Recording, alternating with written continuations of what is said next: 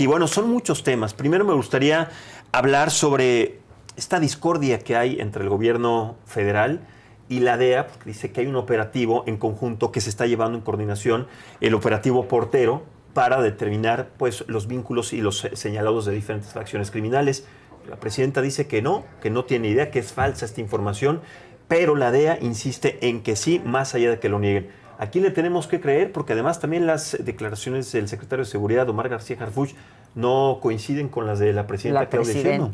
Sí, claro. Bueno, yo creo que una vez más nos enteramos desde Estados Unidos de ciertos acuerdos y de ciertas situaciones, como es en este caso este operativo Portero. Y normalmente pues, lo que nos tendría que estar informando el gobierno federal, el gobierno de la República, pues nos lo informan allá. Este es creo que un primer elemento que ha sido reiterado, información que viene de allá y que luego niegan o validan en la mañanera. Me parece muy grave, cuando debiera ser el gobierno quien nos informe de inicio. Y me parece más grave que la presidenta diga que se enteró, al igual que todos nosotros, de esta información, sin tener ni la mínima idea de que iba a ser publicada toda esta situación. Yo creo que este tema con la DEA viene mucho desde López Obrador, ¿no? Él precisamente expulsó a los agentes de la DEA y dijo que no tendría ningún proceso de colaboración con esta agencia norteamericana.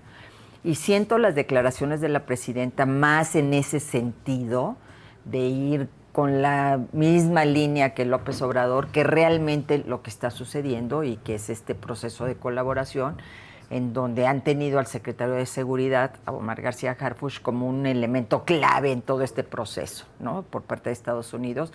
Ya le llaman su gente de confianza aquí en México, en todos los temas que tienen que ver con la seguridad y este combate al crimen organizado. Yo creo que cualquier colaboración, obviamente respetando nuestra soberanía, y tiene que ser entre pares, dos gobiernos que son socios, que son vecinos, pero cualquier colaboración para combatir al crimen organizado debe ser bienvenida, debe ser parte de la estrategia. Y entiendo yo que todo este proceso de 90 días más que nos dieron pues para discutir otra vez los aranceles es para llegar a este acuerdo en materia de seguridad y en el que tendrán que participar las agencias norteamericanas. Es decir, no podemos nosotros ejercer un veto y decir con ellos ni a la esquina, cuando estamos discutiendo precisamente este acuerdo de seguridad y cuando nos interesa que sea con la participación del gobierno mexicano cualquier circunstancia que se dé en el país.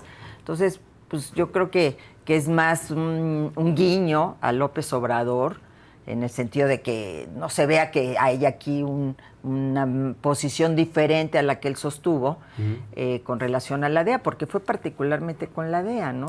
Con quien tuvo este diferendo el expresidente López Obrador. Entonces, pienso que es más retórica que verdad. Ojalá realmente se nos informe, ojalá se nos diga, ojalá realmente estemos cooperando para tratar de pues, combatir, como hemos dicho aquí en este espacio, es decir, nadie puede negarse a las labores de colaboración y de cooperación para combatir un enemigo común, que es el crimen organizado. Yo creo que esto debiera de ser parte de la agenda y de la estrategia del gobierno de la República y en lugar de andarse deslindando, establecer las pautas para una cooperación que respete obviamente nuestra soberanía, pero que permita eficacia en esta lucha contra los cárteles. Totalmente, porque además es un objetivo en común, es un problema tanto de México como de los Estados Unidos, es una corresponsabilidad. Me da mucho gusto también recibir aquí en la mesa y darle la bienvenida a Roberto Gil Suart. Muchísimas gracias, Roberto, abogado y analista político que forma parte además de esta mesa. Te extrañábamos, pero bueno, aquí estás. Es que bueno, el tráfico a veces. Sí, no, además la lluvia afecta muchísimo. Las calles están hechas pedazos. Hechas pedazos. Hechas pedazos en la Ciudad de México. Tú conoces bien la Ciudad de México y sabes lo que significa el periodo de lluvias tan intensas y el desastre. No mantenimiento. El no mantenimiento. ¿Y el cómo desastre. son los calendarios, la calendarización? Tú fuiste justamente jefa de gobierno, sabemos cuando la temporada de lluvias va a generar esas afectaciones, Sin te duda. tienes que prevenir, las hacen a la mitad. Bueno, vamos a hablar en este momento Ay, de este no. tema, pero Yo creo que vale la pena un programa completo, ¿no? Sí. totalmente. No han desasolvado, están los charcos, pero sobre todo la erosión de la pavimento. infraestructura del pavimento. Se genera un tráfico terrible. Me disculpo, me agarró aquí justo arribita un socavón que, Ay. Sí. que generó un tráfico, pero con muchas ganas de estar ¿Cómo se nuevamente con le ustedes. dirá en el argot actual al socavón? Pues Digo, mira, porque ya ves que los descarrilar descarrilamientos, es El descarrilamiento es un cambio de carril intempestivo, pero bueno, sí son... Luego es un desplazamiento hacia abajo, ¿se acuerdan esa terminología? Los encharcamientos, estas inundaciones son encharcamientos o espejos de agua. Espejos de agua, sí, o socavón, ¿qué será? Hay que buscar su situación sinónimo. convexa del pavimento, no sé. Un vado irregular. Vado irregular. ¿Cómo se llama? Reductor de velocidad. Oye, aquí también tenemos nuestro quién es quién en las mentiras. Sí, Totalmente, sí. Porque Recolector urbano de agua. ¿verdad? Sí, una cosa, pues, tendremos que inventarle en Sí. estas nuevas... Sí. Ollas de agua, como Ollas. las que se ponen en el campo para con recolectar estos- agua. esta terminología, este uso en el lenguaje, cuando las afectaciones y ese abuso en el lenguaje son evidentes, verdaderamente es descalificar, y perdónenme que se los diga, es abusar de la inteligencia de cualquier persona que vive en la ciudad, de cualquier gente que sepa que eso no es una pequeña malformación del pavimento, no es un Pues encharcamiento. que no es- cada medio metro, Cada pues medio está muy metro. difícil que pienses que Sí. no son. Pero además es eso, es decir, por lo menos en los últimos años no se ha visto un esfuerzo del gobierno en la ciudad por darle mantenimiento a la infraestructura. Así es. Y hay calles pues, que debieran llamar la atención a la autoridad, pues, el periférico, Insurgentes, Sí, Reforma. las vías primarias, que son las primarias. responsabilidades del constituyentes, gobierno sí. de la ciudad. Sí, pero si te metes a las calles en Álvaro Obregón, allí, No, ahí bueno. en las barrancas de, A ver, de pero, Santa Fe. por ejemplo, en calles de colonias populares y demás, pues los baches ahí están. Pero tú pensarías que en zonas, ayer por casualidad andaba yo en el Pedregal, por zonas en donde la gente paga bastante Sí, por Sí, sí, predial. sí. predial, pues no debiera haber un solo bache. Bueno, pero eran constantes los baches y las inundaciones ahora en esas zonas también, digamos, las más ricas de la ciudad. Entonces está la ciudad toda hecha colapsada. pedazos. Y eso El viaducto, entorpece, la sí. salida del aeropuerto. Entorpece todo, la movilidad donde porque se uno ve. va como en un campo minado tratando de sortear estos baches, se hace el tráfico. Es verdaderamente complicado lo Sí, que cuando está te dice el sufriendo. Waze, ¿cuánto tiempo? 15 minutos, súmanle media hora más por los baches, ¿no? Porque esos no están considerados en la... Sí, no están actualizados en el satélite de Waze y en todas las Sí, aplicaciones sí. de rutas. Roberto, seguimos platicando sobre el tema de esta discordancia que hay entre el gobierno federal de nuestro país y las declaraciones que hace la DEA sobre esta operación Portero para tratar de dar pues con las metodologías y los vínculos, los señalados en las facciones del crimen organizado en nuestro país con Estados Unidos, pero la presidenta de México categóricamente lo niega, a diferencia de que la DEA sigue insistiendo, no, sí hay cooperación, y también el secretario de Seguridad, Omar García Harfuch, dice que estaban enterados, que sí hay cooperación. ¿A qué le debemos esta A disyuntonía? ver, yo lo dividiría en tres partes. La primera es que efectivamente México negoció un paquete de seguridad. Te escuchaba, Rosario, cuando me incorporaba a la mesa. Ese fue la contraprestación a la suspensión, por lo menos temporal, de la imposición de los aranceles. Así Nos lo dijo la presidenta de la República, lo ha dicho también el gobierno de Estados Unidos, lo dijo el propio presidente Trump, a cambio de la suspensión de los aranceles, vamos a negociar un paquete de seguridad. Entonces, sabemos en primer lugar que se está negociando algo, que va a ser una iniciativa en medida nueva, va a tener otros componentes, va a ser un acuerdo tipo tratado en materia de seguridad. No lo sabemos, pero se está negociando un acuerdo. Segundo lugar, ¿qué otra cosa sabemos? Que el presidente López Obrador tenía una rencilla personal con la DEA. Sí, Sí, es lo que tú... Desde históricamente, recordemos que cuando llegó al gobierno, no me acuerdo si fue en la transición o ya una vez que tomó posesión. Fue una vez que ya tomó posesión, sí.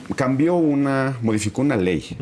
Una ley para prohibir la presencia de los agentes de seguridad en México que tenían actividades de distinto tipo, una colaboración que se había hecho desde hace mucho tiempo. Bueno. Los reguló, los identificaba y establecía una serie de reglas para que pudieran operar en México. Prácticamente los expulsó, pero tenía específicamente una obsesión con la DEA. En alguna manera... Probablemente porque tenía a su lado sentado a Manuel Bartlett, ¿no? Entre otras. Y además porque él pensaba, alguna mañanera lo dijo, que la DEA era igualmente corrupta. Acusaba de corrupción a la DEA, sí. Por lo que sabemos de las infiltraciones, etcétera, que la DEA como modo operativo ha tenido en los últimos años en América Latina. Entonces sabemos que López Obrador tenía pues esa fobia por la DEA. Y la tercera cosa que sabemos es que efectivamente estaban construyendo, quizá en el marco del acuerdo o de manera independiente, alguna relación con la DEA, que me parece obvia.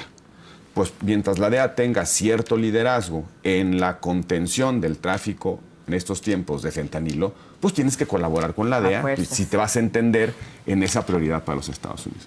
¿Qué me parece que explica la posición de la presidenta? La primera es un guiño a Chiapas. Oiga, no crea que estoy desdiciéndome de sus legados, ¿verdad? Sí. Sus enemigos son mis enemigos, no crea. Segundo, yo creo que le molestó por el tono, yo creo que le molestó que fuese la DEA. La que informara, que le pusiera nombre. ¿No? Esto de se burla la presidenta de él, o sea, le llaman portero, ¿no? Yo creo que la DEA ha insistido en que tienen un acuerdo. Bueno, hasta la embajada norteamericana sacó el comunicado, ¿no? Aquí en México. Yo soy de la idea de que pues en algún momento vamos a saber del acuerdo, si no es que pues se va a dar el supuesto de que tendremos los aranceles, porque si no se cumple la condición, pues se generará la consecuencia. Entonces, a mí no me asusta la colaboración, qué bueno. A mí lo que me asusta es que la presidenta siga atada a las fobias, a los grilletes ideológicos de López Obrador en un tiempo diametralmente distinto. Porque cuando López Obrador asumió la presidencia de Estados Unidos, no tenía a un Trump con las prioridades que tiene un Trump, con el cambio geopolítico que está provocando Trump, con el uso de los instrumentos de seguridad nacional que está haciendo Trump, por ejemplo, enlistar a los cárteles como entidades terroristas, aplicarles sanciones directas, prácticamente cerrar un banco mexicano. Sí. Banco mexicano. No estaba en esa circunstancia, no amenazaba con los aranceles para una cuestión no comercial, sino de seguridad. Era un tiempo diametralmente distinto. Entonces, si la señora va a estar de alguna manera reaccionando solamente para que López Obrador no se enoje, vamos a ver cosas muy difíciles en la relación bilateral. Pero además es muy raro, ¿no? Porque no les causa ningún problema el que el secretario de Seguridad tenga una postura, porque no es la primera vez. Ya lo vimos con relación a los que acaban de mandar a Estados Unidos, la postura que tuvo la presidenta, que tuvo Omar García Harfuch y la que tuvo el fiscal general de la República. Y ahora, siempre en el tema de relación con Estados Unidos, hay como una posición ideológica que es la de la presidenta, ¿no?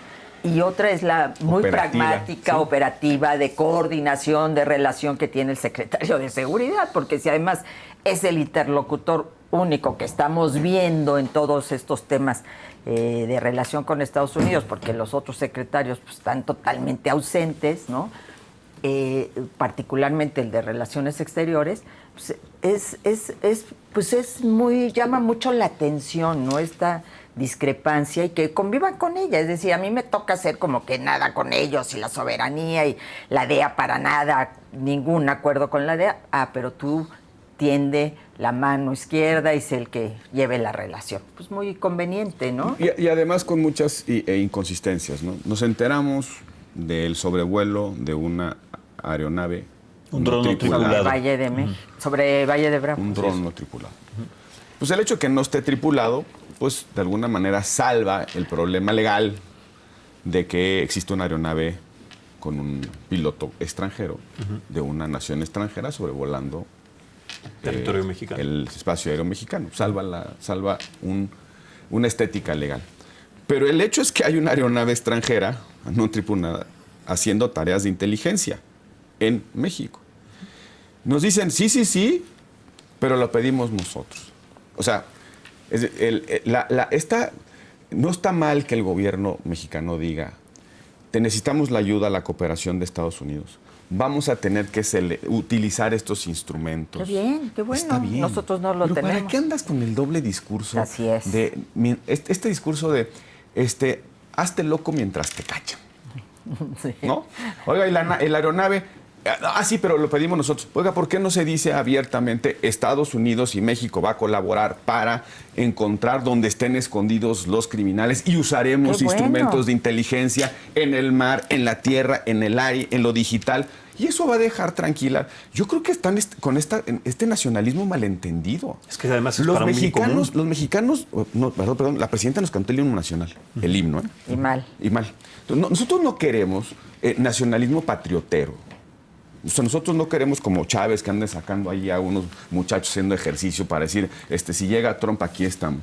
La soberanía que los mexicanos queremos es la soberanía que te emancipa de los narcotraficantes, de los criminales, de los extorsionadores, de esos que están en la calle matando personas, que matan por 1,000 pesos, lo que le pasó a esta persona en el Estado de México. Esa es la soberanía que tenemos que matan a su hijito, lo que es terrible. La profesora de Veracruz. Así es. Esa es la soberanía que queremos reivindicar. Y esa es la primera soberanía que necesita defender la presidenta. No es la soberanía de una supuesta integridad territorial y que los mares y las fronteras. ¿Pero cuál?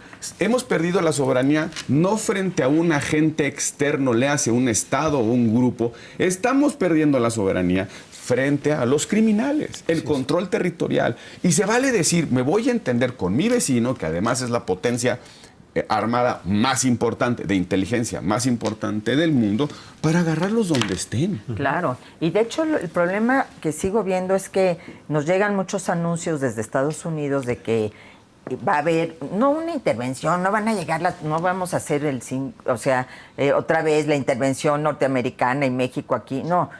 Con los instrumentos, los grupos de élite que tiene Estados Unidos, pues están siguiendo y de alguna manera los golpes que se han dado aquí en México tienen que ver con la información que está proporcionando Estados Unidos. Y no es nuevo. Así es. No Entonces, los mexicanos que dicen, pues estamos de acuerdo, si es para combatir estos cuates, yo apuesto a que si se hace una encuesta, la gente diría, es más, que venga el ejército de Estados Unidos a combatir estos cuates. No, nadie propone eso, nadie quiere eso. Nadie estaríamos de acuerdo con una circunstancia de esta naturaleza, pero la cooperación, sobre todo si tienes un vecino que tiene mucho más capacidad logística de inteligencia que la que tú tienes, entonces pues vamos hacia adelante. Pero lo único que pasa es que nos vamos enterando desde allá de lo que realmente va a suceder o está sucediendo.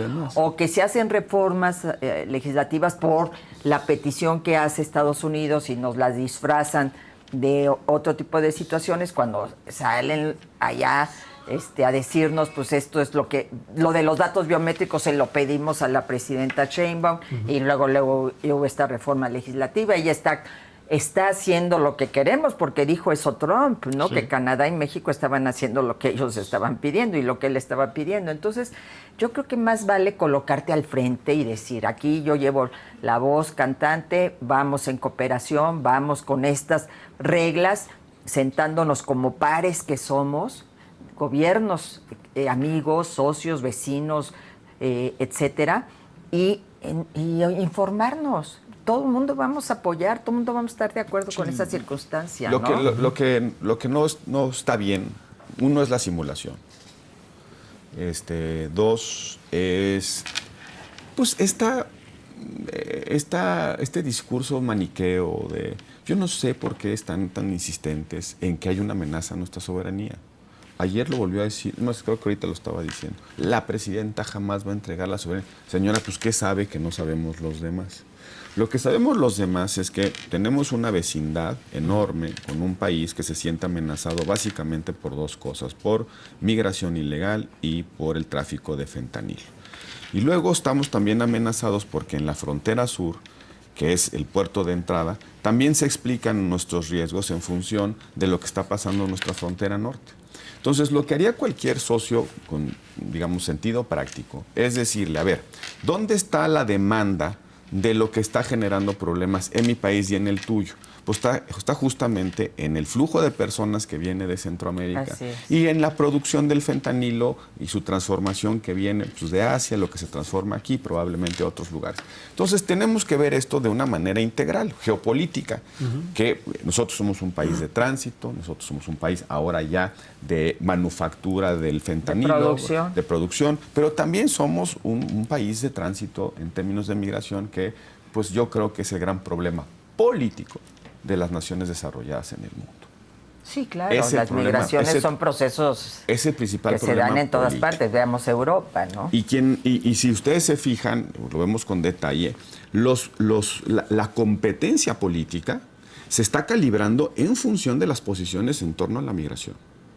Ese es el gran problema político. Las derechas están ganando en Europa por su mayor o menor intensidad en los controles fronterizos o los controles frente a la migración. España, Italia, Alemania.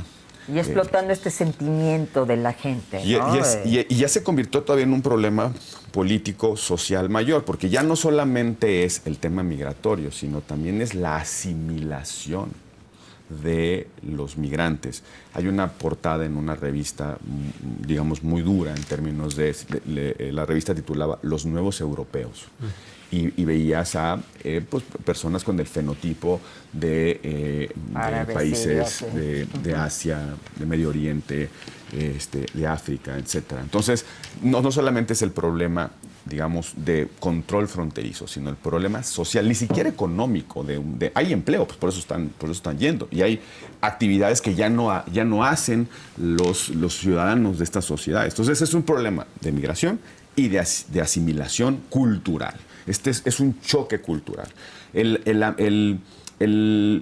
americano blanco de las zonas industriales, del cinturón industrial de Estados Unidos, no solamente se está quejando de que el empleo que antes tenía se mudó a Irapuato o se mudó a China, México. Se está también quejando de que tiene enfrente a una persona que no se parece a él, que no habla el idioma, que no festeja el día del Día de Gracias, sino que festeja a la Virgen de Guadalupe y lo festeja con música de banda.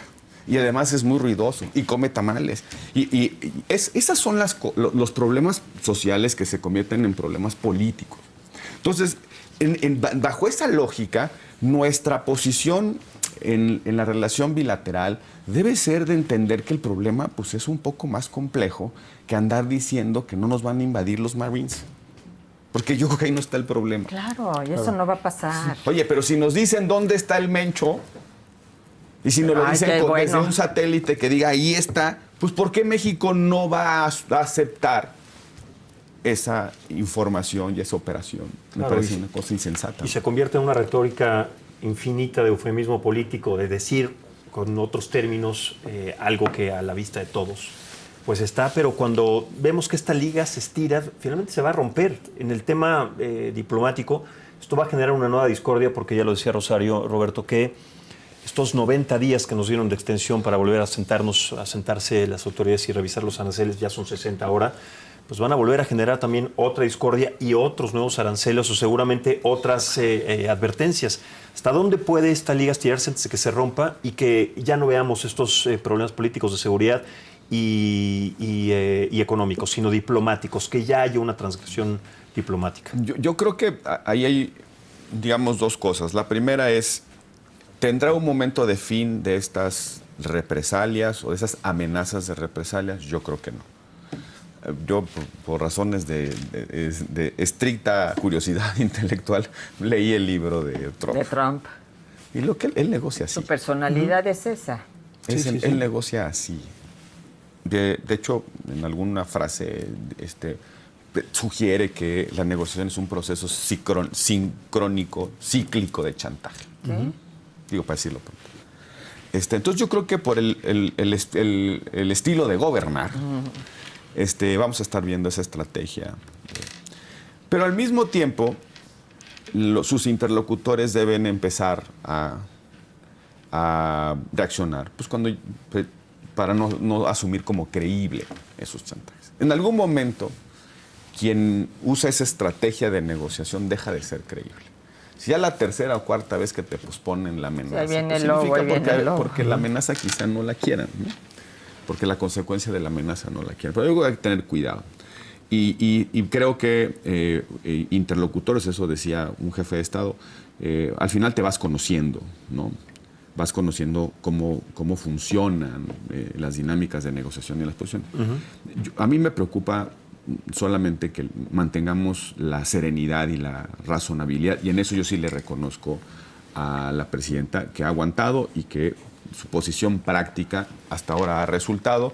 No fue, por ejemplo, la posición práctica del primer ministro canadiense, que se fue con la ortodoxia, le ha ido mal. En fin, yo creo que la presidenta en eso ha aguantado y está... O sea, ahora, yo sí creo que independientemente de la estrategia de negociación de Trump, nosotros tenemos dos objetivos de corto plazo que tenemos que resolver. La primera es el acuerdo de seguridad para que de una vez quede claro que nos toca a cada quien y no andemos sobre las rodillas. Dimes y diretes. Y que si hoy viene la DEA y que si mañana y que se nos aparece un dron artillado en Michoacán, ya poner en blanco y negro qué es lo que nos corresponde en materia de seguridad, cuáles son los objetivos de largo plazo y qué tienen que hacer ellos, qué tenemos que hacer nosotros. Qué bueno que están hablando del control de las armas, qué bueno que está hablando del control de los flujos financieros, qué bueno que también estamos hablando de capacidades institucionales en México. Todo eso hay que ponerlo en papel para que quede claro que nos toca a cada uno. Y el segundo objetivo de largo plazo, la renegociación del TEMEC, que por cierto tiene un plazo que está firmado, lo firmó López Obrador, del 2026 es una renegociación, que por cierto tiene una lógica media rara porque es, si las partes quieren renegociar, negocian, pero si no, se va solito, hay una como continuidad tácita. Pero ya sabemos que una afirmativa ficta. Pero ya sabemos que Trump quiere renegociar. Y yo creo que nosotros también queremos renegociar algunas cosas. Lo está renegociando, ¿no? Lo está cambiando. Yo creo que también nosotros quisiéramos revisar algunas cosas. Es más, estamos obligados. Bueno, no estamos obligados. El gobierno está obligado a borrar algunas cosas que se comprometieron ahí para que sea consistente con su proyecto. Por ejemplo, las autonomías de los órganos reguladores. Sí, caray, pues eso ya ni existe. El sector hidrocarburos, las notas al pie que pusieron ahí en materia de estos sectores relevantes, pues esos candados que López Obrador aceptó con toda la cláusula soberana en materia de petróleo, que lo pusieron en el Tratado de Libre Comercio por consistencia, la presidenta tendría que quitarlos o pedir que se quiten, ¿verdad? Pues porque ya cambió la Constitución, ya no pueden tenerlo en el TEMEC y la Constitución dice todo lo contrario. Ya no es coherente con lo que se ha venido aprobando. Por consistencia. Pero yo creo que esos dos objetivos tienen que ser, independientemente de que Trump vaya a utilizar esta técnica de te aprieto, chantaje, intimidación. Te intimido, te ofendo. México hace lo que yo diga, pues es una ofensa. Claro. ¿No? Siempre con su condescendencia y su trato. El problema es que México está en una posición muy vulnerable, ¿no? Yo creo que esta circunstancia de negociación no la das desde una posición de fuerza, sino de una gran debilidad, particularmente creo yo, los vínculos con el crimen organizado, de la clase política en los niveles que queramos. Entonces, esto es lo que genera mucha incertidumbre, toda la cuestión relacionada con los abrazos no balazos, el que no se haya combatido durante 6 años de manera frontal, porque se nos dijo que no había fentanilo, que no había laboratorios, y ahora de repente hay decomisos, que no había huachicol, y ahora hay huachicol de manera impresionante, y encontramos millones de litros que se venden de manera ilegal, etcétera. Entonces, todo eso nos coloca en una posición muy vulnerable para toda esta negociación. Entonces, mientras no entiendas que hay que afrontar esta vulnerabilidad con acciones muy claras, contundentes, y que si te tienes que cortar la mano para poder negociar a favor del país en mejores condiciones, pues te la cortas porque tu interés no es defender a X o a Y, tu interés es defender a México. Tu obligación como jefa del Estado mexicano es defender a México. Y defender a México significa sentarte a la mesa, pues ahora sí que con todos los elementos para poder negociar a favor también de nuestro país y no en función nada más de los intereses norteamericanos. Sí, y tiene razón, mucha razón, Rosario. Son 3 cosas con las que en política te sientas a una mesa? Primero, pues la legitimidad. ¿Con qué capacidad vienes? ¿A quién representas? Tienes la legitimidad de la jefatura de Estado, electa, mayorías. La legitimidad está dada. Luego, el segundo elemento es la credibilidad. Es decir, si puedes o no cumplir lo que comprometes. Cuando una persona compromete en la mesa que van a pasar tales cosas, pero su Congreso no lo va a respaldar, pues no tiene credibilidad. Ella puede tener márgenes amplios de credibilidad, aunque creo yo, como bien dice Rosario, que el problema de los vínculos de la narcopolítica que rodea, las especulaciones que rodean a su partido, la falta de acción le resta credibilidad. Y la tercera cosa con la que te sientas en la mesa es con una agenda. Yo creo que ahorita tenemos una agenda reactiva, estamos proponiendo elementos, decisiones, acciones para responder a las prioridades de Trump, que son básicamente migración y fentanilo. ¿Cuál es la agenda de México? ¿Cuál es la agenda de México? Y creo que sería interesante hacer un ejercicio. A ver, ¿qué tendría que poner México en la mesa? Yo creo que hay un espacio, la competencia geopolítica con China nos da un espacio para que México pueda ser el país que albergue la manufactura integrada a Centroamérica. Eso que en algún momento se llamó el nearshoring. Y eso implica muchísimas cosas. Transferencia tecnológica, implica inversión logística, implica tener pasos seguros, hacer más flexibles las fronteras. Podrías pedirle económicamente zonas económicas especiales, desarrollo de infraestructuras. Hoy vamos a seguir con el sueño de la integración económica plena con Norteamérica. Y ya nosotros nos olvidamos, no necesitas a China, aquí tenemos energía, agua, mano de obra competitiva, vecindad, unos litorales enormes, podemos ser incluso la alternativa al canal de Panamá. En fin, esa puede ser una agenda. La otra puede ser, oye, necesito generar mis propias capacidades. Ayúdame, inviértele, como fue la intención de Iniciativa Mérida, de ayúdame a tener mejores capacidades en materia de seguridad y justicia. Y eso implica no solamente policías, lo decíamos la vez pasada que nos encontramos, las fiscalías, los centros penitenciarios, el Poder Judicial local, en fin, tienes una agenda. Pero cuando te pones a pensar en cuáles pudieran ser los elementos de esa agenda y ves lo que están haciendo, dices, pues es que, o sea, ¿cómo le dices? Oye, quiero mejorar mis capacidades institucionales de seguridad y justicia y desmantelas el Poder Judicial. Así es. ¿No? ¿Cómo hago para tener una mejor ordenación de la economía? Como un Estado regulador eficiente, como lo está conociendo el mundo, si desaparecen a todos los órganos reguladores.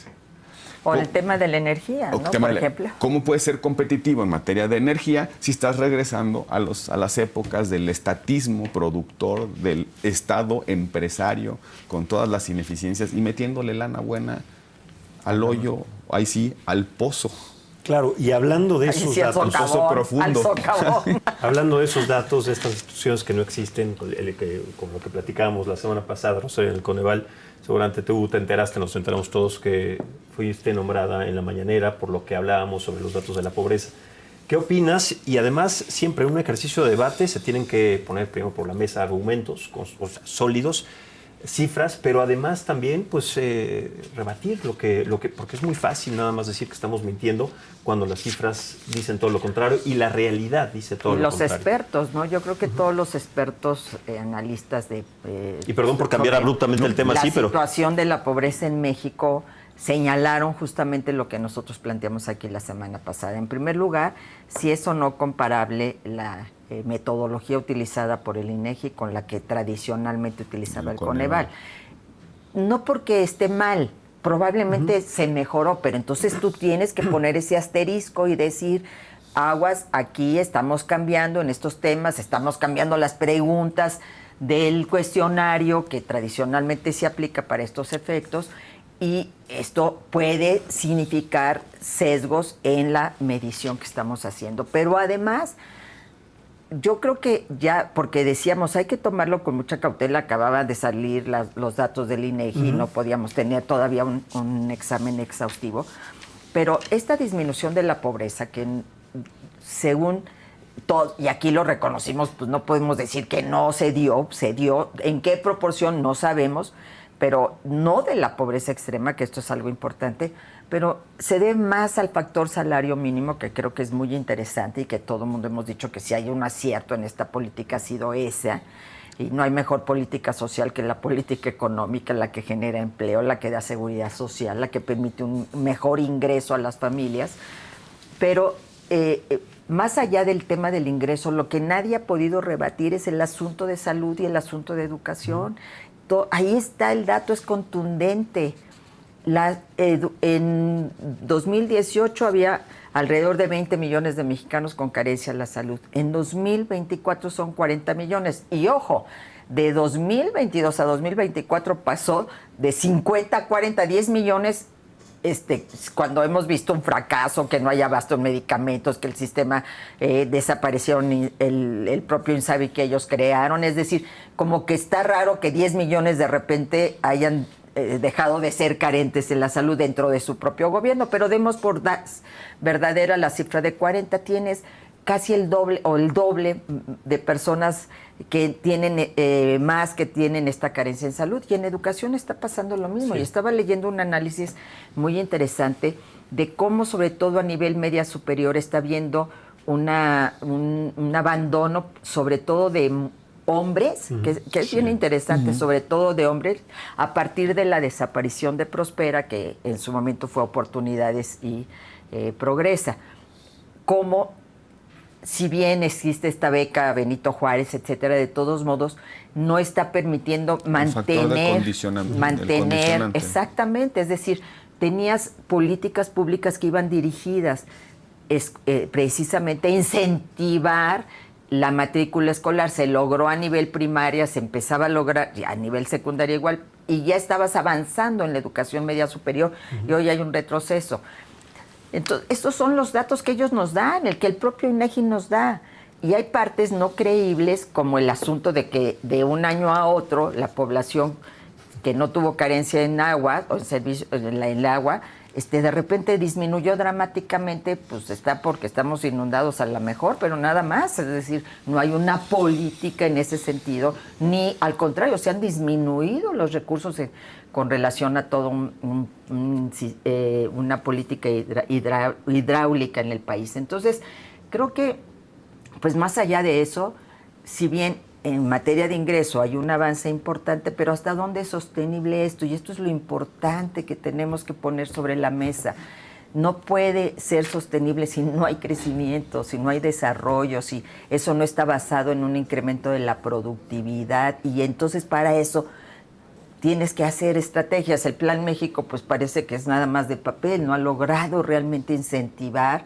Y eso es la preocupación. Yo creo que además es una preocupación legítima que debiera tomarse por parte de esta sección de la mañanera, que entiendo un juez ya había dicho que era totalmente ilegal, ¿no? Pero bueno, como la ley no es la ley en este país, pues entonces ahí se mantiene. Es su ley. Pero debieran tomarlo como algo, a ver, ¿en qué mejoramos? Porque la evaluación que hacía el Coneval era para mejorar, no era para criticar nada más al gobierno.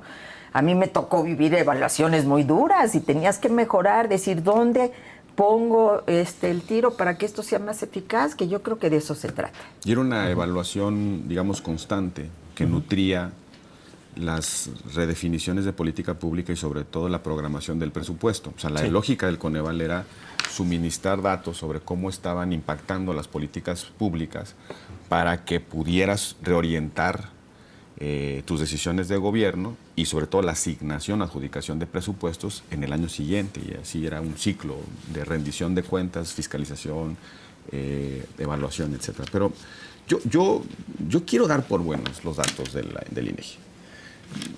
Lo quiero dar por bueno. Yo también coincido con Rosario. ¿Y con qué argumentos? Es lo que quiero llegar. Yo coincido con Rosario, hay una preocupación metodológica. Cambiaron efectivamente la manera en la que se mide. Es la medición del INEGI, tiene otras. No es similar a la del Coneval en términos de distintas mediciones de pobreza. Hay una pobreza extrema, pobreza patrimonial, pobreza alimentaria, pobreza acceso a la salud. Pero quiero dar por bueno el dato por una razón. Porque rompe con dos mantras de la tecnocracia. Así es. Dos mantras de la tecnocracia que gobernó, y yo sí lo digo con mucha claridad, creo que tenemos que pedir disculpas a los mexicanos por habernos dejado llevar por esas mantras tecnocráticas. ¿Qué decían esas mantras tecnocráticas? Primero, que los salarios no podían subir porque era sinónimo de pérdida de competitividad. Y la segunda, que era la palanca del gran fantasma, era lo que exorcizaba o que sacaba del ataúd el fantasma inflacionario que tanto nos dolió en las crisis de los 80s y los 90s. Entonces, cuando uno escuchaba, y me digo, estando en el gobierno, yo formé parte de un gobierno y lamento profundamente que no dimos, y un partido que estuvo en el gobierno, que no dimos dentro el debate contra estas mantras tecnocráticas, que es nos acomodamos en no se puede subir los salarios. Después pasó y empezamos como a sentir que había razones económicas, razones técnicas económicas que sugerían que podías desanclar el mercado laboral del famoso salario mínimo. Y por eso hicimos la reforma para desindexar el salario mínimo de muchas cosas. Antes el salario mínimo era la base de referencia de muchos precios, sobre todo los precios de tu relación con el gobierno, las multas, los derechos, etcétera. Entonces, la lógica era ancla el salario para que no suban esos precios. Pero al mismo tiempo se volvía un punto de referencia del mercado laboral. Aunque muchos ciudadanos, muchas personas, muchos trabajadores ya no ganaban el salario mínimo, pues se entendía como el punto de referencia para las negociaciones colectivas. Cada año. Cada año. Entonces, hicimos un techo de cristal, bueno, o mejor dicho, un ancla. Y evidentemente el mercado laboral, lo que fue sucediendo es que la media, es decir, el precio medio del salario, se fue moviendo naturalmente, pero aquí estaba el ancla. López Obrador, siguiendo esa inercia que, por cierto, no empezó con López Obrador, por lo menos ahí están los esfuerzos que se hicieron para desindexar. Miguel Mancera hizo algo en la Ciudad de México, pero López Obrador sí logró. Sí, rompió con ese mantra. Rompió con eso. Levantó esa ancla. Sí. Y dijo, suben los salarios y suben los salarios y suben los salarios. Y no pasó absolutamente nada. Sí, no hubo inflación esperada. Sí. El Banco de México, yo recuerdo cuando se abrió esa discusión, estaba yo en el Senado. Y el Banco de México emitió un informe diciendo, no le muevan al salario porque se cae el país. Sí. Y perdemos competitividad y fíjense que China se nos está la aspiradora del trabajo. En fin, no pasó nada. Entonces, ¿por qué quiero dar por buenos los argumentos del aumento del ingreso? Porque nos ayuda a liberarnos de esas dos mantras. Yo creo que ha sido algo muy positivo. Y recuperar la idea de que la dignidad del trabajo pasa por el salario.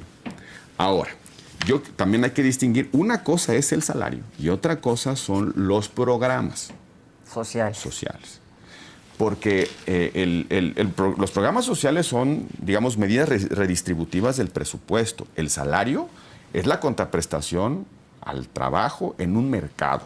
O sea, en el mercado me refiero en el mercado. Sí, no depende del gobierno, depende de las empresas y del sector productivo del país. Como tú dices, efectivamente, Rosario, si hay crecimiento, tenemos mayor productividad, somos más eficientes, pues el salario va a mejorar. Sí. Sin duda. Eso es igual a que tenga suficiente dinero el gobierno, es equivalente a que tenga suficiente dinero el gobierno para pagar las pensiones o los programas sociales, no necesariamente. Es decir, son dos cosas distintas. A la gente le está llegando un mejor sueldo porque se levantó el ancla del salario mínimo, es la parte de la compensación en el ingreso o el ajuste en el ingreso, y le está llegando programas sociales. Son dos cosas distintas. Pero al mismo tiempo le está costando más los servicios esenciales. Como decía, mi abuelita traía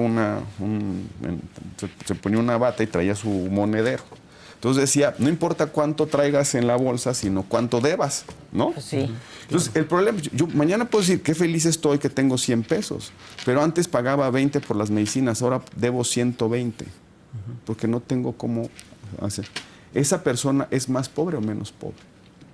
Más pobre. Más pobre porque además mires así la pobreza en México, Si la proporción de la subsistencia depende de los servicios a los que yo acudo, o sea, es decir, a la salud sobre todo, la educación es más difícil de costear, porque entonces se costea en términos del salario futuro, ¿no? Y del ascenso de vida. Pero la salud, la vida, digamos, los alimentos. Si yo antes ganaba 80 pesos, pero gastaba 8, y ahora gano 100, bravo, pero gasto 60 solo en salud, no hay avance. Claro, es que es esa medición engañosa de no es cuánto tengo, sino cuánto me cuesta ahora. No, y además el mismo INEGI presenta un dato, y lo platicábamos la semana pasada, muy relevante. Tú, para decir que si alguien es pobre o no pobre, o si vive en la pobreza, tienes una línea que se establece que tiene que ver con la posibilidad de tener acceso a una canasta alimentaria. El INEGI te dice que debajo de esa línea hay 49 millones de personas, pero te dice que solo hay 38 millones de personas en condición de pobreza. Entonces ahí hay una discordancia que nos tiene que explicar metodológicamente. Pero aparte, todo lo que se está invirtiendo en programas sociales, que todo el mundo hemos dicho que bueno, tiene que ver con un mayor endeudamiento del país, sí, que es lo que está diciendo Roberto. Entonces, al final de cuentas, en primer lugar, esta disminución de la pobreza está vinculado al tema salarial, básicamente lo han dicho los expertos, y no ha sido tanta la incidencia de los programas sociales, que tienen que ver, pero no tanto como la del salario.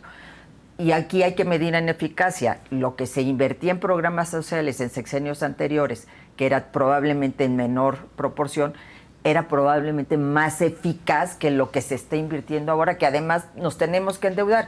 Y ya nos salió el coordinador de los diputados de Morena que ahora se requiere una reforma fiscal. Yo me recuerdo muy bien el debate entre las candidatas a la presidencia de la República, en donde se dijo directamente por Claudia Sheinbaum que no habría una reforma fiscal.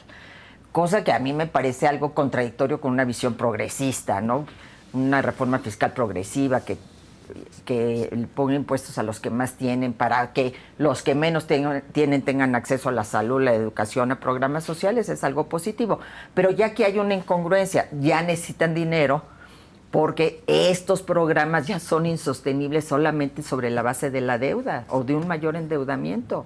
Ya se acabó el dinero que había, los fondos, los fideicomisos, todo ya se lo acabaron. Ahora ahora sí ir a una reforma fiscal. Y entonces la presidenta va a decir, no es mi postura, pero los diputados son autónomos, etcétera. Ya sabemos cómo juegan a este doble discurso. Pero lo que es evidente es que ya es insostenible esta situación en salud y en educación. Y dicen los corifeos, bueno, pero si la gente tiene para pagar la salud, entonces ¿cuál es el problema? Pues el problema es que desapareciste la política pública. Eso es lo más neoliberal. Eso es lo más neoliberal que hay. Es la privatización. Ellos que se quejan de los mantras y del neoliberalismo, esto es extraordinariamente neoliberal. Descargar en las espaldas de las personas y particularmente de las mujeres los temas de salud y educación. A ver, tú hazte cargo de tu hijo, aunque trabajes, te doy una lana porque ya no va a haber estancias infantiles ni escuelas de tiempo completo. Ah, tienes un enfermo, pues tú llévalo y tú resuelve el problema y ve cómo le haces. No, yo creo que tiene que haber instituciones y políticas públicas en derechos básicos que son estos, como educación y salud. Y además, hay la percepción de que la gente tiene más dinero en el bolsillo, pero un efecto económico natural de eso es que hubiese un crecimiento en términos de mercado interno. Si la gente tiene más dinero para gastar, pues el mercado interno se fortalece, ¿no? Es decir, pues aparecerían productos, bienes, se fortalecerían ciertas industrias. Y la verdad es que uno revisa los componentes del mercado interno y no hay ningún cambio. Más que salud. Más que salud, esta proliferación. Y digamos criminal, porque ya hay personas que dicen, a mí no me den IMSS, yo ya me voy a la clínica de la esquina, quién sabe con qué regulaciones, qué calidad, pero yo prefiero eso. En fin. Ahora, a mí me gusta la metáfora de que los programas sociales es como ir al cajero. Pero ir al cajero no con la tarjeta de débito, sino con la tarjeta de crédito. Tú cuando vas al cajero con la tarjeta de débito, si tienes 10... Es tu dinero. Es tu dinero, pues se acaban los 10 y ya no regresas al cajero. Cuando lo haces con la tarjeta de crédito, pues entonces estás generando una obligación de pago en el futuro. Sí, una deuda. No es tu dinero, sino lo que debes. Así es. Entonces, cada vez que vamos, los programas sociales, las pensiones, que tienen una lógica de solidaridad, tiene una lógica de dignidad humana y de justicia, sí lo tenemos que ver como la adquisición de compromisos presupuestales futuros. Es dinero que está hoy generándose, que se tiene que generar mañana para cubrir las diferencias entre los ingresos y los gastos y, como dice Rosario, las deudas que vamos a ir adquiriendo en el camino para poder hacerlos viables. Hasta que se acabe o nuestra fuente de ingresos o cuando se acabe nuestra capacidad crediticia, es decir, la credibilidad para adquirir. O cada vez te sale más caro esa cada vez te deuda. va a salir más caro, etc. Entonces, sí tenemos que empezar a insistir pedagógicamente que ese dinero no cae del cielo, que se tiene que generar. Y que se genera de dos maneras muy sencillas. Se tiene que generar o bien por crecimiento o bien por una mejor redistribución de la riqueza que se genera de ese crecimiento, es decir, impuestos. Así es. Una justicia fiscal, que es que las personas paguemos en proporción de lo que recibimos, ganamos. Pues es una manera de inyectarle recursos al Estado para que cumpla sus funciones, entre esas la función de emparejar el piso. Pero al mismo tiempo, si la economía no tiene motores de crecimiento, no tiene vocaciones, no tiene ventajas comparativas, no tienes una política industrial, no sabes a dónde vas y qué es lo que te va a generar crecimiento, difícilmente vas a poder generar riqueza y ni así ni los impuestos te van a alcanzar. Así es. Entonces, en eso estamos. La gran paradoja de un gobierno que se asume como de izquierda, que celebra el aumento en el ingreso como un efecto del mercado, que bueno, no son tan, de repente sí tienen alguna, esa izquierda. Hay un equilibrio. De repente tienen unos guiños a la tecnocracia de Chicago. Pero que un aumento del ingreso por una intervención positiva del Estado en la economía, que fue desatar el salario, al mismo tiempo reniegan de la posibilidad de una mejor redistribución de la riqueza en México a través del sistema fiscal y de y del gasto.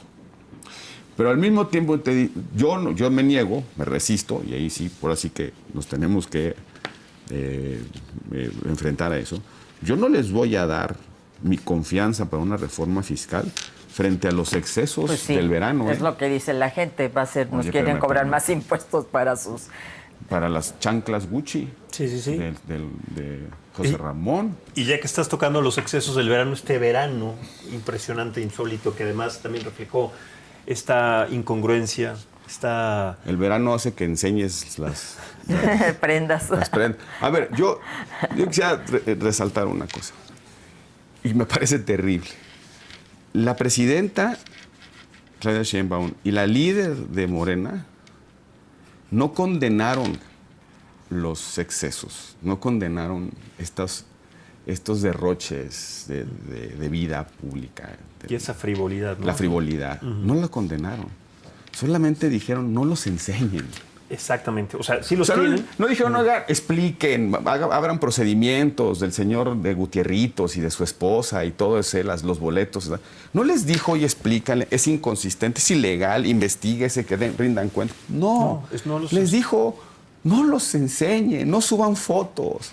Es decir, roben, pero que no los cachen. Exactamente, que no los vean, que no se expongan. Por favor, que no los cachen. Sobre todo Luisa María Alcalde fue quien dio esa... Eso fue, roben, pero que no los cachen. No vayan a comer sushi a Japón. Si ahí hay unos en Puerto Vallarta donde no los va a ver nadie en un barco, mano, ¿no? De verdad, eso que dijo. No es una condena moral. Es un doble discurso. No, y una acción, porque yo te quiero decir algo, Roberto. A propósito, por ejemplo, del secretario de Educación Pública, Mario Delgado, que dice que por un error de dedo no puso que el departamento en Reforma 222 que adquirió costó 15 millones de pesos, sino 1.5. 1.5. Y entonces yo pienso y reflexiono con base en mi experiencia, y perdón que la traiga a colación. A mí me inhabilitaron 10 años porque no reporté 2,000 pesos en una tarjeta que ni siquiera existía en el momento en que yo fui secretaria de Estado, que no la reporté y en consecuencia me inhabilitaron 10 años. Y aquí no pasa nada. O sea, para que veamos la hazaña y esta justicia selectiva, aquí no pasa nada. No, perdón, fue un error de dedo. Sí me costó 15 millones de pesos. Ok. En primer lugar, reportaste mal en tu declaración patrimonial y eso tiene consecuencias legales. Claro. Y segundo, ¿y esos 15 millones de dónde lo trajiste? Exactamente. A mí, por ejemplo, yo estaba rentando en Reforma 222, pero que me quedaba a una cuadra de la Secretaría de Desarrollo Social y yo hacía de mi casa en Coyoacán, que es su casa, muchísimo tiempo. Pues no trajeron al señor que vivía en Estados Unidos, que me rentaba la casa, a decir que era renta y que no era mío el departamento. ¿Y qué pasa con Mario Delgado? Nada. Para que veamos cómo actúan, cómo tienen una impunidad total. Y todo eso, estos despliegues y estos desplantes son porque se saben impunes. Sí. Son porque saben que nadie los va a tocar ni con el pétalo de una rosa. Porque ya todos los poderes pues, son de ellos. Ayer se concretó el último golpe a la República. El último, ya la consumación del desmantelamiento de la República. Pero creo que en el fondo, y ahora no sé qué opinen, pero yo veo algunas vocerías muy afines a la presidenta, personas que se ascriben en el claudismo, para decirlo pronto, muy críticos con los excesos de los jóvenes, bueno, no son tan jóvenes, de los hijos de López Obrador. El escándalo, que ya no sé en qué va, de si se va a ir a vivir la esposa del presidente. Parece que no. Pues según la declaración, es que no dijo si se va a ir a vivir o no, que no se va a ir a vivir por el momento. No me he ido a vivir, que también ahí es una interpretación del lenguaje. A lo mejor sí se va a vivir, pero ahora no. Pues probablemente nos daría exactamente igual donde se vaya a vivir. Claro. Si ella por lo menos reconociera autocríticamente que esta pose de intelectualidad que nos costó la relación con España, pues fue por andar de aburrida, ¿no? O sea, pues ya por lo menos que diga, sí, perdónenme mexicanos por mis cartitas medievales, ¿verdad? No, pues, nos daría... Todavía Pedro Sánchez no vino a la toma de protesta de Claudia Sheinbaum, precisamente por eso, porque nos invitó al rey. A ver, un tema que no quiero, porque ya nos están diciendo que cerremos la mesa, pero un tema que no quiero dejar de tocar y que a colación, sobre todo por esta situación que costó la relación diplomática con España a lo largo de la administración pasada y bueno, pues hubo problemas con Ecuador, con Argentina, cuando entró el nuevo gobierno, con España, ni se diga. Pero ayer un tema que se volvió viral y que generó una controversia gigante fue la ratificación del nombramiento de Genaro Lozano para representar a México como el embajador de México en Italia. Es decir, sí, es un internacionalista, es un político con experiencia, es un tipo inteligente, pero quiero retomar y subrayar los 3 puntos que tú trajiste, Roberto, hace un momento sobre a quién o qué representa, sobre todo la relación de México y Estados Unidos, la credibilidad que se tiene, la agenda que además se tiene programada para establecer un punto de esas características y cuáles son las credenciales o las atribuciones que en este caso puede tener un nombramiento para un puesto de esas características, tomando en cuenta que se dio a conocer, todos lo leímos, el artículo que publicó con relación a la primera ministra Giorgia Meloni sobre sus políticas, sobre su personalidad, tomando en cuenta que además, y todos lo sabemos, y si no lo saben nada más abran Twitter, Genaro Lozano representa todo lo que Giorgia Meloni odia, empezando por su afiliación a esta generación woke, su representación a este discurso woke, y todo lo que Giorgia Meloni se ha encargado de decir que odia y que no va a aceptar en su gobierno. Entonces llega un representante de nuestro país a la Embajada de México en Italia con toda esta controversia y con todo este bagaje. ¿Qué podemos leer sobre eso, Roberto? Yo quisiera hacer sobre ese episodio 3 comentarios muy sencillos. La primera, por fin estamos viendo que estos intelectuales de televisión que hablan desde la supuesta independencia, la objetividad, que flotan o vuelan a 10,000 pies, que pontifican, que nos dicen, condenan. En realidad nos ven hacia abajo. Son propagandistas del régimen. Sí, sí. Son propagandistas del régimen. Tan cerca están del régimen que terminan en cargos, en nombramientos y en encargos públicos. Yo he escuchado La Hora de Opinar, ese programa de Televisa, y Genaro, unas críticas severísimas contra la oposición, que estamos extraviados, una minoría ruidosa, y viva, viva López Obrador, y viva, viva Claudia Sheinbaum. Ahora entendemos por qué. Como ella misma lo ha Porque reconocido. estaba chambeando, para decirlo pronto, para un momento como este. Estaba graduándose, estaba haciendo. ¿Por qué? Porque en el fondo estaba en la mesa, me imagino, el ofrecimiento de tú, haz tu chamba, crea esas narrativas y desde un supuesto halo de independencia crítica, haz la chamba y vas a ser premiado. ¿Cuáles embajadas les van a asignar a Viri Ríos? ¿Cuáles embajadas le van a asignar a Carlos Pérez Ricard? ¿Cuál es la embajada Romero, que le toca a Vanessa Romero? A ver, una cosa que ya tenemos que decir. Rosario y yo, en esta mesa o en cualquiera, hablamos con nuestros antecedentes, nuestras militancias, pasadas, presentes. Pero los quienes nos ven, Roberto Gil, militante del PAN. Rosario Robles, exfuncionaria de un gobierno, militante de la izquierda socialdemócrata de México, jefa de gobierno. Nos presentamos con nuestras credenciales. Y estas personas, estos perfiles, escritor, politólogo, analista, y no reconocen sus militancias ocultas encubiertas. ¿Cuándo descubrimos que son trabajadores al servicio de la propaganda gubernamental? ¿Cuándo los nombran en una embajada en Italia? Lo sabíamos, pero no con ese descaro, que los iban a estar. Que lo digan. Analista y militante de Morena o del claudismo o algo. Fuera máscaras. Sí. Porque además, y esto es un argumento para los medios, no se vale que nos digan que son 3 muchachos que vienen del Colmex. No, están sentados ahí porque representan los intereses propagandistas del gobierno. Entonces, emparejen la mesa, porque yo veo muchos programas de televisión donde son 5 de ellos y ninguno del otro lado. Así es. Y luego preguntan, ¿dónde está la oposición? Pues claro, la oposición está marginada porque hay unos neointelectuales que están buscando su relevo en el consulado o en una embajada. Primer punto. Segundo punto. Es pregunta, Genaro Lozano, con el perfil que todos conocemos, ¿es una provocación? Pues yo creo que sí. Es una provocación. Definitivamente. Yo creo que Meloni representa, pues digamos, una posición ideológica. Ella se asume de derecha liberal, de liberal conservadora, tiene posiciones muy definidas en muchos temas. Y le mandamos a un embajador que tiene posiciones muy definidas. Y encontradas a las de ella, sí. Y que además, si algo ha cultivado Genaro Lozano, es el desprecio, la burla, la condena a esas posiciones. Sí. A quienes creemos en la familia, a quienes creemos, a los que nos oponemos a este wokismo de lo políticamente correcto, que no es legítimo defender ciertas tradiciones, valores, cultura, una cultura. Va a representar a México frente a quien hoy es la líder del liberalismo conservador más importante del mundo, pero también en el cerco nacional del catolicismo.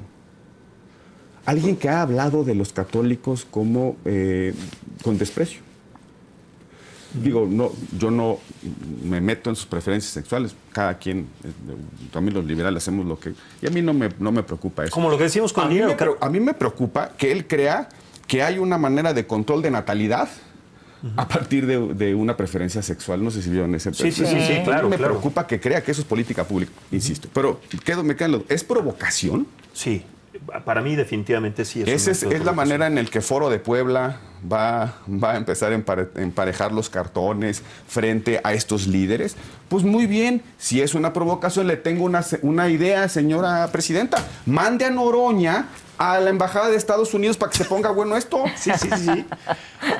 Claro, porque a ver, si es así, esto puede ser muy divertido. Porque vemos justamente estas características que mencionó Roberto, pero también del otro lado tenemos que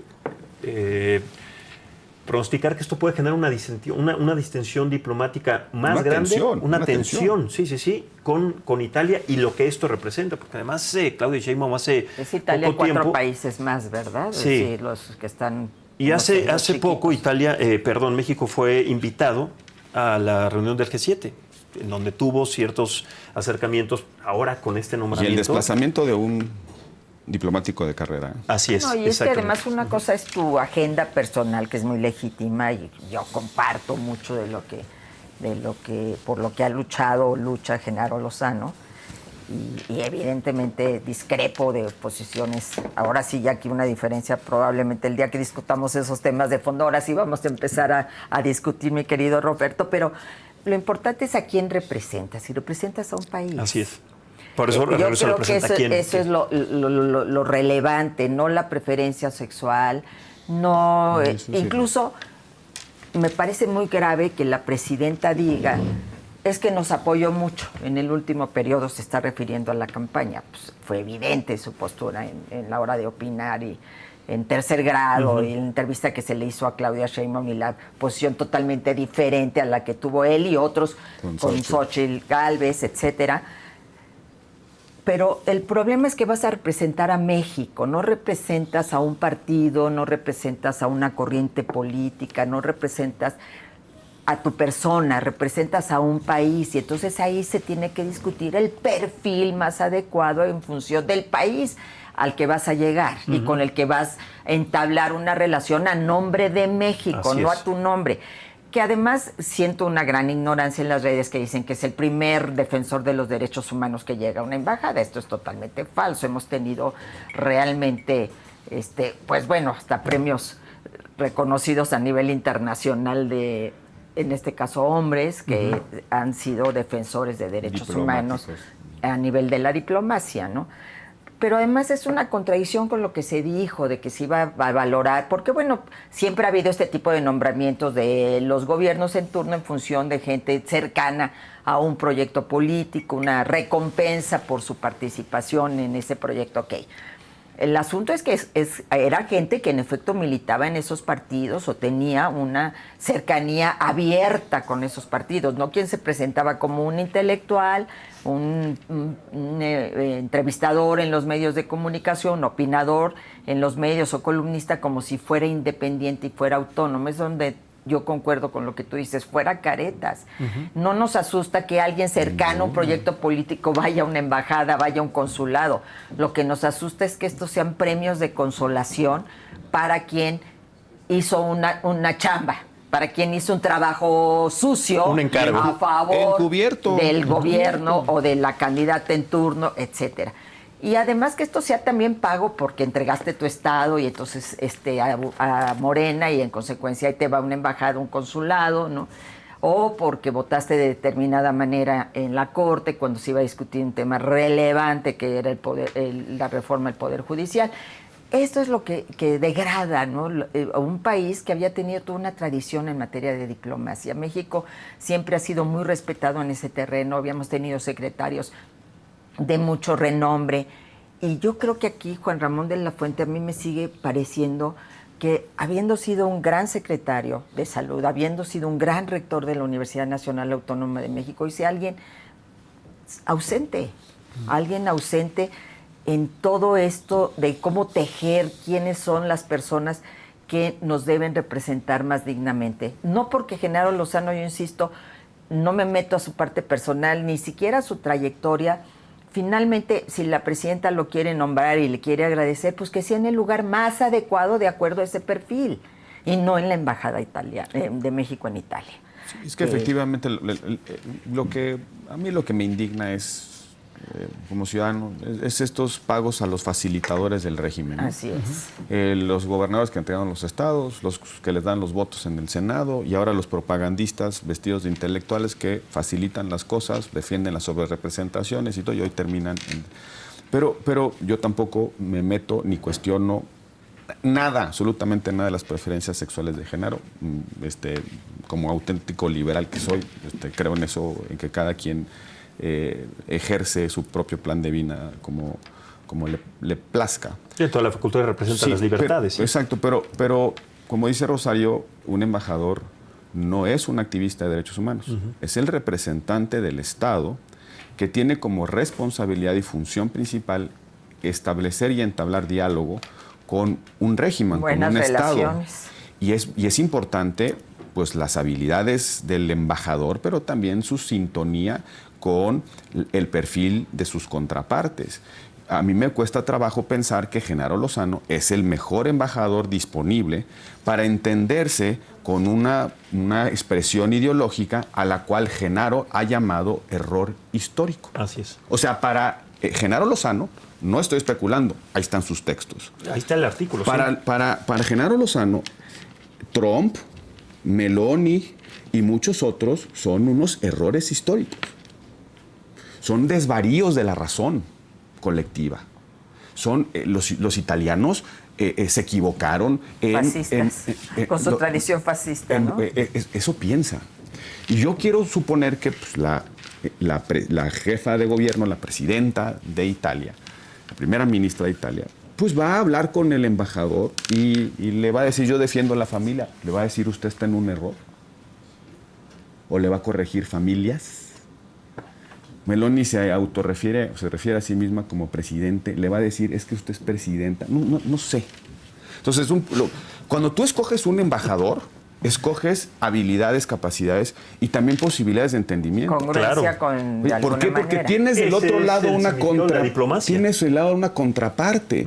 Si tu agenda es económica, mandas a alguien que pueda hablar de economía. Si vas a representar al Estado en el Vaticano, no mandas a un ateo. Sí. O por lo menos no un ateo activista, anti jacobino, ¿no? Porque al final de cuentas, la función de embajar, o sea, de ser un embajador, es esa cortesía institucionalizada de acercamiento. Era el emisario que evitaba la guerra, que generaba las alianzas. Y esa parte personal de entendimiento es muy importante. Yo no me puedo imaginar por qué, pues, qué ganas de andar complicando las cosas. Vas a mandarle a un embajador, ¿qué cree? Firmó en un texto en el Reforma que Meloni es un error histórico de los ciudadanos fascistas italianos. Y a ver si que es una destructora de derechos. Falta ver qué va a decir Italia, ¿no? Sí. Lo que pasó con Pedro Salmerón cuando Panamá, que dijo aquí no nos mantén a un acusado de violencia sexual, ¿no? Sí, hay que premiar. Le tengo una idea a la presidenta. Mande a Noroña a Estados Unidos. Ay, pobre México.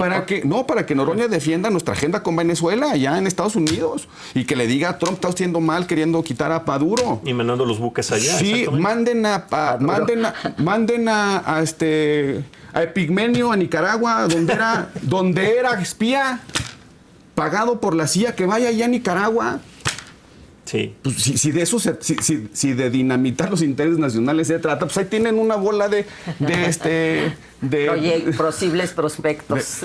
Y no nos gusta decirlo, pero esto es posiblemente una bomba de tiempo que va a explotar más rápido de lo que pensamos, porque este emisario empoderado en este discurso, ya lo platicamos, Boque, puede generar una discordia gigantesca en muy corto tiempo, sobre todo porque no tiene además una agenda. La credibilidad, bueno, está por los suelos más allá de sus creencias, como hemos dicho, y sobre todo porque está representando a un país y eso verdaderamente es un tema muy delicado. Vamos a ver. Pero vivió 2 años cuando era chiquito en Italia porque su papá estaba ahí, militar, estaba asignado a la embajada. Ahora, lo increíble es que soy del 132 anti-Televisa y la mafia del poder. Luego aparezco en Televisa, ¿no? Y ahora, pues, como parte... Antimilitarista. Cuando estábamos discutiendo la ley de seguridad interior, que por cierto, ahora la historia nos da la razón, bueno, era el antimilitarista más vocal. Y ha avalado todas y cada una de las acciones de militarización de López Obrador y de Claudia Sheinbaum. Todas, ¿eh? Seguridad sin guerra y que el calderonismo y que la guerra. No ha dicho ni pío que se ha borrado por completo la distinción entre el poder civil y el poder militar. Y si no, vean la mañanera de ayer, cuando un militar nos informa cómo se descarriló un tren. No digas descarriló, por Perdóname, favor. querida Rosario. Sé prudente. Sí. cambió intempestivamente de carril sin encontrar el otro. Se desplazó hacia un costado, así como cuando Oye, pero antes de irnos, yo quiero hacer un reconocimiento Rosario. a nuestra corte que se nos va, a ministros y ministras que la verdad... Día triste. Exactamente, y merecen todo nuestro reconocimiento, todo nuestro agradecimiento como mexicanos por su dignidad, su valentía, su defensa de nuestra Constitución, y también hacerle un reconocimiento a 2 magistrados del Tribunal Electoral que el día de ayer mantuvieron también una posición muy firme, demostrando lo que todo el mundo vimos, estos acordeones que se utilizaron en la elección y que fueron una operación orquestada, que otros 3 entregados ya, volvemos a lo mismo, entregados al gobierno, pues se niegan a reconocer o se negaron a reconocer. Esos mexicanos, por esos mexicanos y esas mexicanas tenemos que seguir dando la pelea, ¿no? Y dando la lucha, y agradecerles enormemente por su labor y por su patriotismo, porque son patriotas. El 20 de agosto de 2025 pasará a la historia como el día en que murió la República Constitucional que se creó en 1994 con la reforma la reforma judicial que hizo posible que hubiese constitución con tribunal constitucional. Así hay que decirlo, no estoy exagerando. A los ministros y ministras el reconocimiento por la defensa de la República, a los jueces y magistrados que también en 2 semanas muchos van a perder su expectativa de vida, en fin, muchas cosas. La presidenta ministra Piña dijo que la historia va a juzgar a quienes juzgamos. Yo digo que la historia, tarde o temprano, va a juzgar a los verdugos, no de los ministros y las ministras de la Corte, a los verdugos de la República Constitucional. Y la historia, espero, no los absolverá. No los absolverá. Y la historia no se equivoca porque no es una interpretación, son hechos tangibles y reales que suceden, y me parece prudente que con esa solemnidad con la que con esta fecha damos por terminado esta institución que ha sido socavada, hablando de socavones, y que ha sido flagelada de esta manera, me parece un día triste en el que tendremos que pensar hacia dónde vamos y sobre todo cuáles son las consecuencias que esto va a tener en diferentes ámbitos y diferentes aristas para nuestro país. Veamos algunos datos, nos vamos a compartir. El 70.8% de los acordeones encontrados contenían los números de 9 candidaturas que son las que quedaron. Las que ganaron, o sea, las que quedaron transparentemente, ¿no? Las que fueron seleccionadas. No sé cuántas miles de combinaciones posibles había.